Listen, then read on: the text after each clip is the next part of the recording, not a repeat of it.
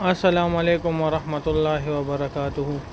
مولانا عمر پالنپوری صاحب کا بہت پیارا بیان، جب حضرت عمر رضی اللہ تعالی عنہ نے بیت المقدس فتح کرنے کو نکلے۔ بہت ہی پیارا بیان۔ ہمارے چینل کو لائک سبسکرائب کیجیے، جزاک اللہ۔ قیامت کا منظر، قبر کا منظر، اللہ کی عظمت، اللہ کی بڑائی، قیامت کے دن اللہ کے سامنے کی پیشی، اس کے اتنے مذاکرے ہوں کہ پوری دنیا کے آدمیوں کے اندر آخرت کا فکر آ جائے۔ آخرت کا فکر آئے گا تو پھر دنیا کی تھوڑا سا نقصان آدمی برداشت کرے گا اپنی آخرت کے بنانے کے واسطے، کہ دنیا کی زندگی دھوکے کا سامان ہے۔ اللہ نے جان اور مال خرید لی تو جہاں اللہ راضی ہوگا وہاں ہماری جان ہمارا مال لگے گا۔ تو میرے محترم دوستو، مدد الہی غیبی طریقے پر دین کا کام کرنے والوں پر جو آئی تو ساری دنیا کے لوگوں کے اوپر ایک روک پڑ گیا، ایک روک چھا گیا ان پر۔ سمجھ گیا کہ بھائی ان لوگوں کی چھیڑ خانی مت کرو، ان کے ساتھ خدا کی مدد ہے۔ بیت المقدس کا قصہ ہے۔ حضرت ابو عبیدہ ابن جراح اپنی جماعت کو لے کر گئے تو بیت المقدس کے جو رہنے والے اہل کتاب تھے، یہود و نصارہ، ان لوگوں نے دروازے سارے بند کر دیے اور محفوظ ہو گئے۔ بات چیت شروع ہوئی۔ حضرت ابو عبیدہ سے انہوں نے یہ کہا کہ ہماری آسمانی کتابوں میں یہ لکھا ہوا ہے کہ ایک آخری نبی آئیں گے اور ان کے ماننے والوں میں ایک شخصیت ہے، اس کے ہاتھوں یہ بیت المقدس فتح ہوگا۔ وہ شخصیت ہم کو بتا دو، اس کا نام ہماری کتابوں میں ہے اور اس کا چہرہ، حلیہ، اس کا فیس یہ ہماری کتابوں میں ہے۔ بس وہ آدمی ہوگا تو ہم چابی تمہارے حوالے کریں گے، لڑائی بھڑائی نہیں کریں گے۔ کیوں کہ آسمانی کتاب جھوٹ نہیں بول سکتی، تورات و انجیل میں ہے۔ وہ آدمی دکھا دو ہمیں۔ صحابہ سمجھ گئے کہ اس سے مراد جو ہے وہ حضرت عمر ہے، اور حضرت عمر تھے مدینہ منورہ میں۔ تو حضرت ابو عبیدہ نے یہ سوچا کہ اتنا معمولی کام بیت المقدس کا فتح کرنا، اس کے لیے حضرت عمر کو مدینے سے ہٹا کر یہاں بلایا جائے، ہم ہی نمٹ لیں۔ انہوں نے کہا کہ وہ آدمی دکھا دو، تم چابی دے دیں گے بغیر لڑائی کے۔ ہے حضرت خالد کا چہرہ حضرت عمر سے ملتا جلتا تھا، حضرت خالد کا چہرہ حضرت عمر جیسا تھا۔ تو انہوں نے حضرت خالد کو لا کر سامنے کھڑا کر دیا کہ بھائی دیکھو، تمہاری کتابوں میں دیکھ لو، وہ چہرہ یہ تو نہیں۔ انہوں نے دیکھا، ملایا، انہوں نے کہا بالکل چہرہ تو ایسا ہی ہے، چہرہ بالکل ایسا ہی ہے۔ پھر کہا کہ پھر انہوں نے پوچھا ان کا نام کیا؟ اب نام تو عمر نہیں بتا سکتے، ان کا نام ہے خالد۔ ان کا نام، یہ نام ہماری کتابوں میں نہیں، ہماری کتابوں میں دوسرا نام ہے، چہرہ تو یہی ہے، ایسا ہی نام ہے دوسرا۔ حضرت خالد کو ہٹا دیا۔ پھر تھوڑی دیر میں حضرت عمرو ابن عاص ان کو لا کے کھڑا کر دیا۔ عمرو اور عمر ذرا نام ملتا جلتا ہے، ان کو لا کے کھڑا کر دیا۔ یہ ہے کیا نام ہے ان کا؟ ان کا نام ان کا عمرو۔ دیکھا کتابوں میں، نام دیکھنے میں وہ چہرہ بھول گئے، وہ نام پر ہی دھیان رہا۔ وہاں نام تو بولے یہی ہے، لیکن پھر وہ چہرے کو دیکھا کتاب میں، پھر چہرہ ان کا دیکھا تو کہا چہرہ ایسا نہیں،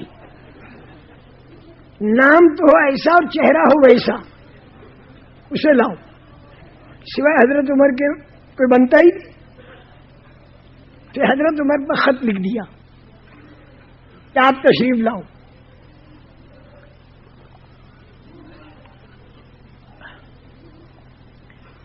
تشریف لائے، حضرت عمر مدینہ منورہ سے نکلے بیت المقدس کی طرف. صرف ایک ساتھی تھا ان کا اور ایک حضرت عمر تھے, اور باری باری سے اونٹ پر سوار ہوتے تھے. بیت المقدس کے قریب پہنچ گئے. حضرت ابو عبیدہ صحابہ کی چھوٹی جماعت لے کر استقبال کو آئے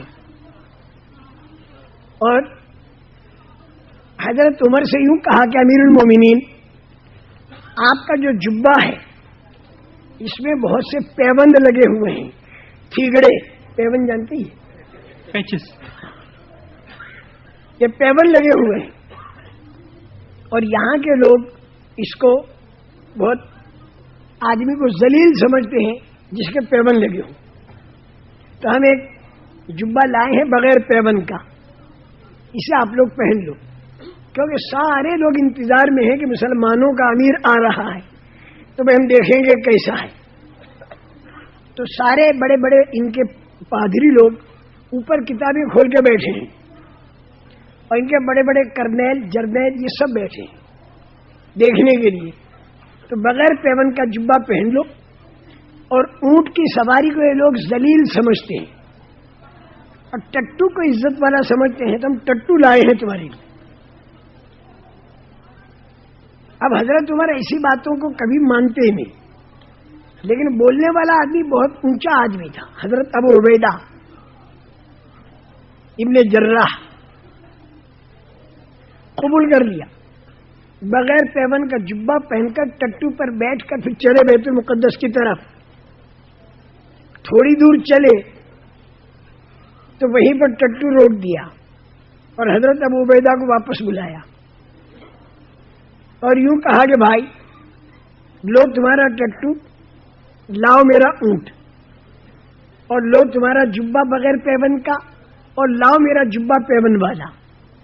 اور یوں فرمایا کہ جب میں ٹٹو پر بیٹھا اور ٹٹو جب اکڑ مکڑ کر چلا, کیونکہ اونٹ جو چلتا ہے نا تو وہ تو توازو کے ساتھ چلتا ہے یوں, اور ٹٹو جو ہے وہ ذرا اکڑ مکڑ کے چلتا ہے.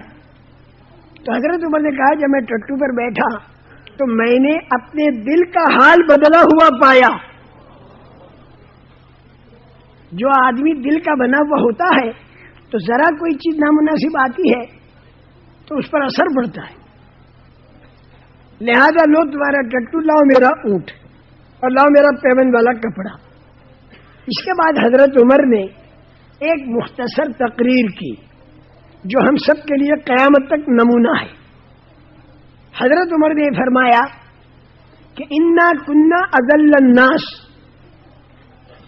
ہم لوگ عرب سارے ذلیل لوگ تھے. چوری ڈکیتی شراب ساری خرابیاں ہم میں تھی. ہم عرب لوگ ذلیل لوگ تھے. اعزنا اللہ بالاسلام, ہم کو جو اللہ نے عزت دی وہ اسلام کی وجہ سے دی, یعنی رسول کریم صلی اللہ علیہ وسلم کی لائی ہوئی جو پاکیزہ زندگی تھی اس کی وجہ سے اللہ نے ہم کو عزت دی. اگر ہم لوگ عزت کو نبی کریم صلی اللہ علیہ وسلم کے طریقے کو چھوڑ کر اگر دوسری چیزوں میں عزت کو تلاش کیا, کھانوں میں, کپڑوں میں, سواریوں میں, مکانات میں, اس کے اندر اگر ہم نے عزت کو تلاش کیا کہ ہمارا کھانا بہت بڑھیا بن جائے, ہائی کوالٹی, اور ایسے ہمارا کپڑا, ہماری شادیاں, ہماری سواریاں, ہمارا لباس, اگر اس میں ہم لوگوں نے عزت کو تلاش کیا تو اللہ پاک ہم کو ذلیل کر دے گا. یہ تقریر فرمائی اور وہی سیدھے سادے طریقے پر. اونٹ کے چلنے کی ترتیب یہ تھی کہ جتنی دیر حضرت عمر اونٹ پر بیٹھتے تھے تو ساتھی اونٹ کے لگام پکڑ کے چلتا تھا, پھر اتنی دیر وہ ساتھی بیٹھتا تھا اونٹ پر, تو حضرت عمر اس لگام کو لے کر چلتے تھے. بیت المقدس کے قریب جب پہنچے تو وہاں پر ایک گڑھا تھا جس میں کیچڑ تھی, تو حضرت عمر کے لگام پکڑ کر پیدل چلنے کی باری تھی اور ساتھی ان کا اونٹ کے اوپر تھا. حضرت عمر کے چمڑے کے موزے تھے, وہ حضرت عمر نے نکال دیے اور کندھے پر رکھ دیے اور اس گڑھے کے اندر اترے. تو حضرت عمر کے پیر جو تھے وہ کیچڑ کے اندر سن گئے، پھر گڑھے سے نکلے. تو حضرت عمر کے ایک ہاتھ سے تو لنگاب لوگ تھے. وہ خراب لوگ جو ہوتے ہیں نا، ان کے سامنے بات کتنی اچھی آ جائے، دیکھیں وہ ضدی ہوتے ہیں بازے، وہ ضدی لوگ تھے. انہوں نے بیٹھ کر یہ سوچا کہ ہم لوگوں کی طاقت اگر زیادہ ہوئی اور پیسہ بھی ہمارے پاس زیادہ ہوا تو بھی ہم ان ایمان والوں کا مقابلہ نہیں کر سکیں گے. کیوں کہ ان کے ساتھ اللہ کی آسمانی مدد ہے. تو آسمانی مدد کا مقابلہ کوئی نہیں کر سکتا. تو میرے بھائیوں بزرگوں، جس طرح ہم نے یہ پیارا بیان سنا مولانا عمر پالن پوری صاحب کا، جو کہ دور حکومت اور امیر المومنین تھے صحابہ کے، حضرت عمر رضی اللہ تعالیٰ عنہ، تو بہت ہی اچھی مثال ہے. میں نے تو بیان سنا، آپ لوگ بھی دیکھیں اور اس سے سبق حاصل کریں کہ ہمیں یہاں ہی سب کچھ رہنا ہے اور آخرت کے لیے کام کرنا ہے. جس طرح ایک عمدہ مثال حضرت عمر رضی اللہ تعالیٰ عنہ نے دیا، تو ہمیں بھی اسی طرح مثالیں تو ہم نہیں دے سکتے، مگر کام نہیں کر سکتے، مگر تھوڑی سی محنت اس طرح ہم کر سکتے ہیں کہ اپنے اعمال کو ٹھیک کریں اور 5 وقت کی نماز کے ساتھ دین کا کام بھی کریں، تو اسی میں ہماری آخرت کی بھلائی ہے. جزاک اللہ، ماشاء اللہ.